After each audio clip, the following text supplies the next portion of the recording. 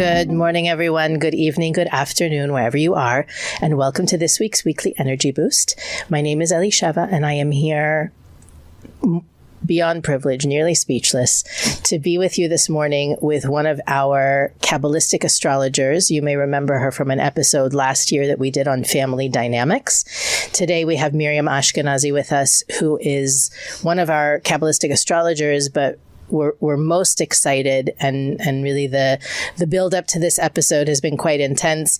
We're talking today about money and astrology, which I think is a big topic for a lot of people, especially because I think as spiritual people, we vacillate between I have free will and also everything is predetermined. And the existence of both in the wisdom of Kabbalah is pretty controversial and also paradoxical. And we're going to understand a little bit more about that as well today. We're focusing this week and next week, because this is actually part one of a two-part series. We couldn't pack it all into one episode, but even more so, Kabbalistically speaking, the calendar shows us that this weekend we have a particularly powerful opening in the cosmos to connect to the gifts of abundance and prosperity and success beyond logic, not the kind that we can calculate or track or predict, but really unbridled energy of prosperity and sustenance. And we want to learn how we can tap into that, what it really means, and how Kabbalistic astrology can be a compass for us in our quest to fulfill our purpose, to manifest blessings in our lives, and of course, to feel the fulfillment that is the birthright of all humanity. Weekly Energy Boost is a 7-day spiritual weather forecast where we aim to provide our listeners with the most powerful and practical tools to navigate the coming 7 days. We do that by gleaning through the wisdom of Kabbalah and also experiences. And that's one of the great things about having a Kabbalistic astrologer on the set, is that we get to learn from the readings, chart readings of thousands upon thousands of people. And inevitably, every episode offers really powerful and practical tools to navigate life any day of the week, any week of the year. And because we're focusing, we mentioned last week that we are now in the time of the year that the Kabbalists refer to as the weeks of narrowness, that we can be met with challenges. We also find that we have different islands of almost like a fountain of energy for us to tap into during that time. Obviously, as at the beginning, in a way, the one that's coming up this Saturday, it's the 27th day of the month of Cancer, and we have the opportunity to tap into this. So what that means is that the universe this week, and I think also next week, because Saturday is the day of the week that both manifests the energy of the week before it and is the seed for the week to come. So we really get 2 weeks of connecting to this beautiful energy, which is why we're doing a two-part episode. Two-part episode. And while on one hand, I want to dive in, I also want to make sure that for our listeners, we give context to what we're talking about. And I think the first place to begin is the difference between conventional astrology and Kabbalistic astrology. So to do that, I'm going to turn the mic over to Kabbalistic astrologer Miriam Ashkenazi. Thank you for being here, Miriam. Thank you. Thank you so much for having me. I'm so excited. I can't wait for what's going to unfold today. Okay, so Kabbalistic astrology, right? So we basically talking, when you look at a Kabbalistic astrologer, it doesn't look at any different information than traditional astrologer. Okay, let's actually start from the idea that we're incorporating both wisdoms. We're incorporating Kabbalah and astrology. And actually, it's all starting from Kabbalah, because the Kabbalists tap into the wisdom of astrology for a different reason than traditional astrology. I mean, I know that people are familiar with the horoscope, or maybe even done a traditional astrology reading, or go online and you look about your sign, and further than that, where were the different planets in the time of your birth, and you learn about your personality, you learn about certain qualities. Maybe at some point you even learn how to predict a little bit your future, what's going to happen. You want to know when is a good time to do something, a bad time. But Kabbalistic astrology goes deeper than that. The intention to look at the cosmic alignments and to see what exactly is taking place in a precise moment, and specifically in your birth chart, the time that you were born, is so we can tap into the positive alignments and learn how to utilize it for the sake of our spiritual growth. So nothing is set in stone according to Kabbalistic astrology. We don't read a chart, or we don't look at the cosmic alignment in order to understand how to predict the future or to define us. The purpose is to look at those alignments and to understand the depth of those alignments in order to help us evolve and grow and transform. So the discussion in Kabbalistic astrology, and when you tap into your personal chart, or you want to know when is a good time to do something or not, is revolving around the concept of what is the energies that I want to elevate more? How should I handle that? What should I transform? There is no concept of good and bad. This is bad, or those elements that are part of you are negative. It's like maybe that could be more challenging. And that's why I love the way that Rav Berg is describing. When we look at a chart, we actually look at it like a navigation map. Okay. So I'm in a certain place in my life. What do I need? What routes should I use in order to get to this top of the mountain, to get to this favorable place? So we understand through the teaching of Kabbalistic astrology what is our tikkun, and I'm sure we talk about that in the episodes as well. We understand what is it that we're here to work on, and we also have a better understanding on what energies and what elements I want to utilize in order to get there faster, or to get there in a much more enjoyable, blissful way, rather than constantly, suffer. Right. And for those of you that are new to Weekly Energy Boost, we mention tikkun constantly all the time. Tikkun is the Kabbalistic term for our soul's purpose, or what our soul commits to transform and to elevate, as well as what does our soul commit to, what are the gifts, what did I come to the world to share in this lifetime. So one of the main reasons we use Kabbalistic astrology is to look at the potentiality of what I can transform, what are my strengths, what are the opportunities I have to elevate and I can use a very, very simple example. It may say, for example, in someone's chart, and I don't know how it says this, but let's say, a person has a particular gift for communication, writing, speaking, whatever it is. That doesn't mean that, at some point the clouds will part and rays of light will come down and the angels will bestow upon them this gift, but rather through different experiences in life, there actually may be challenges that result or that take place in order for those gifts to emerge. So what we see a lot in working with individuals is that behind a struggle, on the other side of the challenge, is the revelation of a gift. And you can find those things without a Kabbalistic astrology reading, but it's a lot easier. And one of the ways that I've used Kabbalistic astrology in my own life is actually to look at my children's charts and to understand what are their gifts and where they might struggle and how I can support them. But today we're looking at something actually a very specific angle. And I don't mean to use the word angle. I know it means something else in astrology. We're looking at a specific approach. We're really trying to understand the concept of success, and I don't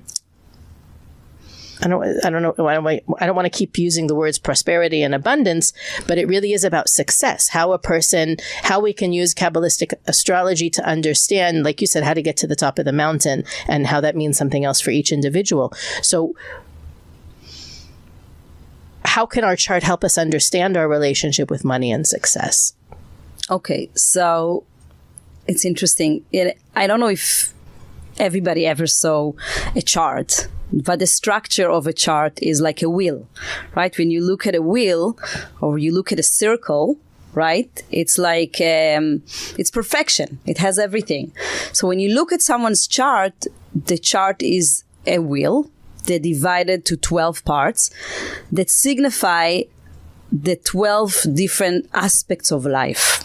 Okay, so it's like, it's interesting, like kids, or our spiritual being, or the way we work, or relationships, or the way we communicate, everything. So in the chart itself, there are so many different parts that helps us to see really how, and I love that, it's not just about money. Right? You're talking about the top of the mountain. So for example, when you look at someone's chart, the top of their chart, the top of the wheel, what's going on at the top of the wheel tells you how this person should interact with their environment, what type of consciousness they should have in order to get to this peak, the most successful place. In astrological terms, it's called the Midheaven. It's when you were born in your chart, what is the highest point of the Midheaven was, that tells you a whole story about how to achieve success. Now, so now success, and again, it's also not a coincidence, it's considered to be this location of your destiny and the location of your career. So if people wants to know what type of career to pursue, or what type of attitude and consciousness and energy they need to invest more in, they need to look at that place. So that's for that. But also there is a whole location about money. Tells you about the money that you make, the income that you make. There is a lot of places in the chart that will tell you about money that you have investing with others. Money that comes to you through inheritance, money that can come to you from mutual resources, not just yourself. Gambling, taking risks. There is so much to answer that questions. And there is so many different planets that represent success and opportunities and growth and the way that we handle with that energy in our life. So I think you touched on something that's really it's worth taking a minute to discuss. It is that when each person is born, the chart itself is a snapshot of the heavens when they were born. Exactly. So when I was born, the sun was in the, I don't know if it's 0 degree or 1st degree, and the moon was here, and it's like going to the observatory and taking a picture and charting where the planets were and where the constellations were. Now, the way that we understand it in Kabbalah is that our soul chooses exactly that moment to emerge into the physical reality with exactly those influences, because those are the exact influences that are going to set us up to accomplish our soul's purpose, which again involves transformation, sharing, and fulfillment. So when we look at our chart, it really shows the potentiality of that person, not necessarily the actuality. And I can share a personal anecdote. I don't know if I ever shared this with you, but many moons ago, I was dating my husband and we broke up. We took a break. And from my point of view, it was a permanent break. And my husband went to a Kabbalistic astrologer and asked her to look at our charts. And she was like, wow, this is perfect. This is your soulmate. You must be together. She's just not ready yet. Okay. So you can imagine yourself, you've ended a relationship and your ex comes to you and says, listen, I went to an astrologer. She said we're perfect and we need to be together and you're just not ready. Now, how would you feel if your ex came to you with that basket of goodies? I was, needless to say, very upset. I went to said astrologer and I said, how could you do that? And she said to me, very sweet, very loving, obviously someone who knows us very well. She said, listen, it's a piece of paper. It shows what's possible. It doesn't show what is. So if this is not for you, it's not for you. And I can also tell you, we have another friend who has a son who is, I think, 18 years younger than me. And I used to babysit him when I was younger. And he also has almost the same chart as my husband. And I remember we looked at his chart, this little baby, and we were like, oh, he'd be the perfect match for me. Oops, but he's 18 years younger than me and I'm not waiting for him. And we used to joke about it. But the meaningful moment for me in there, once I got over my anger and irritation with my now husband, is that it's potential. Right. And that knowledge is really important because there can be something, one of the main reasons, and you read this again in Rav Berg's Kabbalistic Astrology book, is that we study Kabbalistic astrology so that we can rise above the influence. Exactly. So that if I, in my chart, it says, I don't know, X, Y, and Z, or we have a colleague who in his astrology chart, he has no children, but in his life, he has 4. Right. So that if you see something and even the whole, there's a social media thing about Scorpios, like they're pains in the butts. Well, we learn if you're a Scorpio, here's what you can do to rise above that reputation, to rise above that karmic burden that you could have if you aren't spiritually conscious and aware and awakened. So it's really important to make sure that in everything we share today and in next week's episode, that you keep in mind that we're talking about the GPS.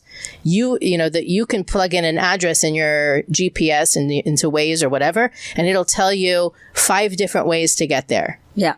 I want to actually add, when you said potential, actually, the chart gives you more than that because, it's such a broader perspective. Yes, you see your potential, but many times people can also be attached to their potential, but don't know why they don't make it, what stops them. And what's beautiful about viewing things through the perspective of the chart is that you also see past life.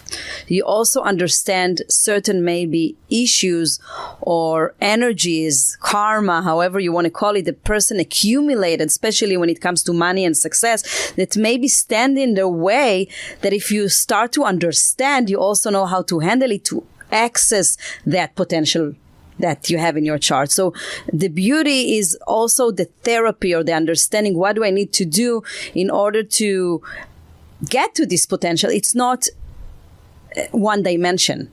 It's you really get a whole perspective. It's 360 way to look at how do I get to that potential? I don't see it from a starting point that starts in this lifetime. And that's a beautiful thing. On the chart, we understand the repetitive patterns, the constant energies that maybe I used to fall into, or the belief system that I developed throughout. Sometimes it doesn't make sense with the frame of this lifetime. It's not because you grew up with certain parents or saw certain, sometimes people grow in a very poor family and therefore they have a certain perspective about being rich or what they can do, what they don't. Sometimes, so a lot of what stops us from succeeding or from making money or handling money or not having the right consciousness around it has to do with what we can learn from the chart that happened in other lifetimes. Can you give an example of something you've seen in someone's previous lifetime and how it affected this lifetime? Yes. I mean, you could see certainly if someone went through traumas and came from times, if you think about, the time of the Holocaust or the time grew up in different eras and different areas of the world and in different family settings, that they never had the opportunity to really tap into their potential. And you see certain traumas that accumulated and that comes with them into this lifetime. And I mean, I saw that and their potential, when you look at their potential, it's like tremendous potential. Like they have all the perfect alignments to be successful. So really what stands in the way, it's nothing that is in the 1%, that in this physical world that they don't do, it's something in their belief system. And I saw that the moment, and what I like about Kabbalistic astrology is that maybe you can identify something, but after you identify it, you can use so many different Kabbalistic tools and other modalities to help you to overcome that wrong perception that you don't understand where it's coming from. But when you start to understand where it's coming from and working to change it and shift it, you start experiencing amazing success. So it happened many times in the charts that people recognize this and start to do the right work, the right affirmations, the right meditations to start to overcome those, wrong perceptions that they have from something that they didn't really experience in this lifetime. Consciously, that it's something that's like programmed from so far in the past that they couldn't possibly and they remember. start a process of cleansing. And then when they cleanse what? They start a process of cleansing their mind from all those perceptions they're not even aware that they have from those previous lifetimes, from the traumas that they accumulated, living in a certain time or seeing their parents handling things in a certain way. So there is a lot of examples like that, and then people are able to access that potentially. Do you ever find, or maybe I should ask even before that you can see in a chart what a person's ideal profession would be? I'm always reluctant from being so, again, we said it's not one dimension, but right. But I'll give you an example. I think this is really beautiful. There is the houses of money in the chart. Now I'm talking technicality, but I'll explain. It's focused on the 2nd, 6th, and the 10th house. It's like a triangle. It's a connection.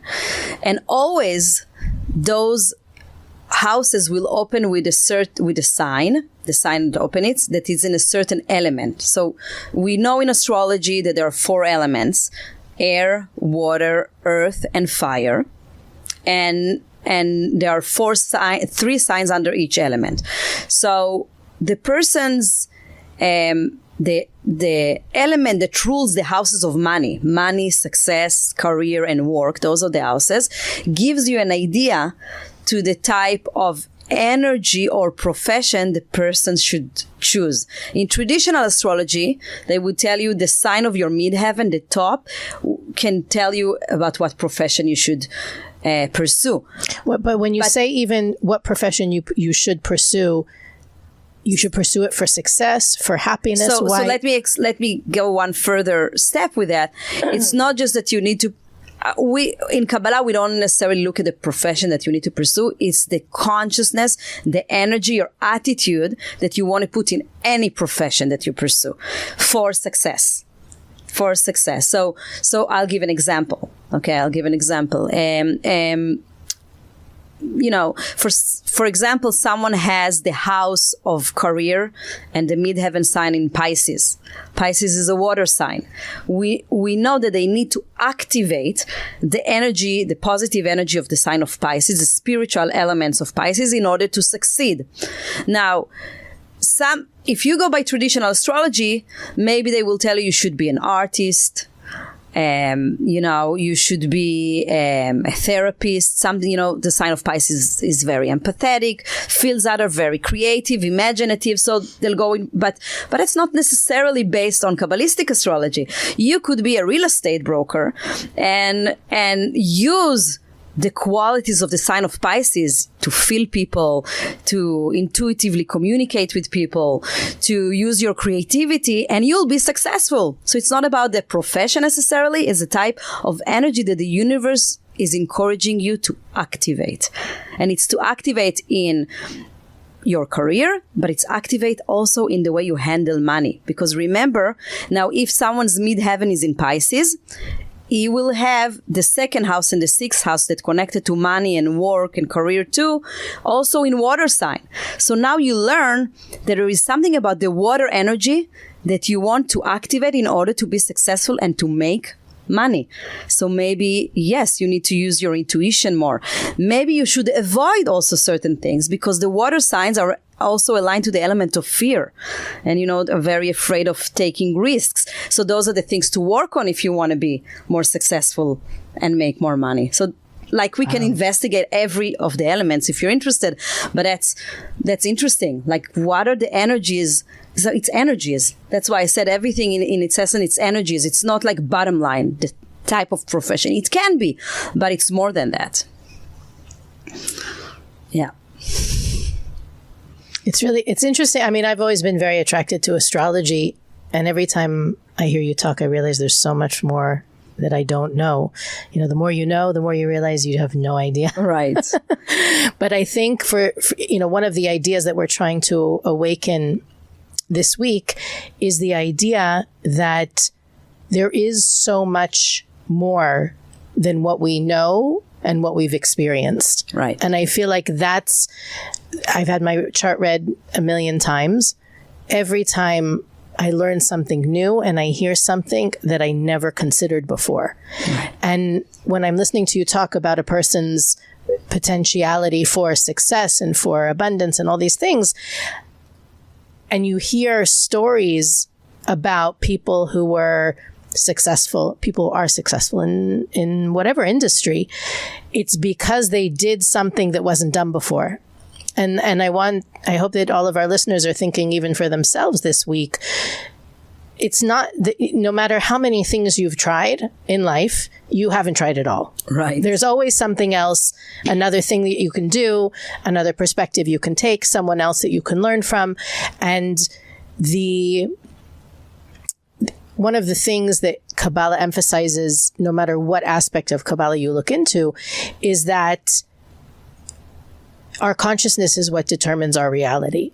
So it doesn't matter if you're looking at, I think you hear it from a lot of people, right? They study one thing, and sometimes they study what they study because their family expects them to, or because they liked it. I know someone who studied finance, was very good at it, and literally when they finished school did nothing with it ever at all and is in a completely different field now. That's very common because as we are humans, we cling to what we know. And the energy of this week and next week specifically, and that's really the opportunity that we wanted to share with our listeners, is to imagine if this week, and maybe we can make it like a 2-part homework. Imagine if this week you can complete a chapter in your life. It doesn't matter. It doesn't even have to do with work and career, but there is an energy that's supporting us to close one book or one chapter and next week begin a new chapter with the support of, there's one of the things we learned in Kabbalah is about, when a person leaves the physical reality, on the day that they leave, the essence of everything that they accomplished in their life, all of the wisdom they revealed, all of the energy they revealed, everything that they overcame and transformed is accessible on the day that they left the physical reality. And that's the main reason that we have this cosmic window, is because it's the day on which Joseph, from the Bible Joseph, he left the physical reality. And because he represents, Kabbalistically speaking, that energy of Yesod. Yesod, when you look at the tree of life, the diagram of the tree of life, it's the sphere just above the final one. It's the 9th one. There's 10. And it is the funnel. It is the conductor or the channel that pushes all of the light of the Creator into the physical reality. So it's really this week and next, we are being given this support to go to the next level in being a channel in our own lives. Channel for abundance, channel for wisdom, channel for prosperity, channel for ideas, creativity. I mean, there's no limit.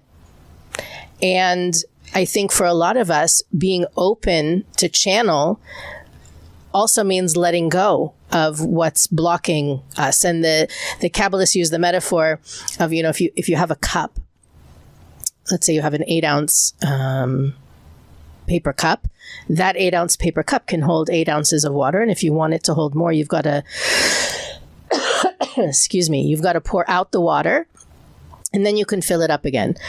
The Kabbalists say that if you cut off the bottom of the cup, that cup can hold infinite amounts of water. And the idea is that when we hold on to things, and again, it could be, this is what I know, I'm holding on to it. This is how things are supposed to be, I'm holding on to it. It can also be physical possessions. It can be money. It can be so many things. When we start to let go, we're not talking about throwing away, but we're talking about letting go, being detached, being open to being guided, we can receive so much more. And that's really the main lesson of this week. So as we finish, we're going to continue the conversation next week and maybe get into more of the specifics of how using our chart can influence the choices that we make and unlimiting our potential in an even greater way.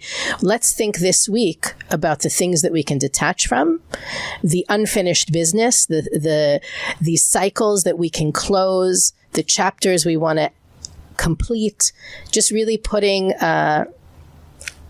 a stop here, and then next week beginning a new way. I don't mean quitting a job and starting a new job next week. That's actually something that the Kabbalists would say you shouldn't do in this time, but it's really more energetically with our mind, with our thoughts, with our beliefs, what beliefs or what habits are don't serve me anymore, and I'm doing these things, or I'm thinking this way just because I've always thought this way, or I haven't learned another way, and really being open in the coming weeks to shifting into a new perspective, receiving things differently, using them differently, channeling them differently, and we'll pick up where we left off next week, and we'll see where our success is gonna take us. I do want to make also the point that we have a special discount for our listeners on Kabbalistic astrology readings this week and next week. So I want to make sure that everybody pauses, or I guess you can look in the description of the episode, or you can go to weeklyenergyboost.com, click the link, use the coupon code that we have there for our listeners, and you can have, I think it's a 20% discount for Kabbalistic astrology readings of all kinds. So take advantage of that opportunity and use this opening to open yourself up to another way to get to the top of the mountain. We'll talk more about that next week as well. Weekly Energy Boost is available on all podcast platforms, YouTube, Facebook, and Instagram. You can go to our website, weeklyenergyboost.com, get the link and the coupon code for the astrology reading, as well as find out more about the different things we've been talking about the last few weeks. We also want to encourage you to share this episode, rate and review it. That's how we end up in the hands of more listeners, making more of a difference in the world. And Miriam, thank you for partnering with me on this. I'm very excited to see where next week takes us as well. Thank you. Thank you. And we'll see you next week on the Weekly Energy Boost.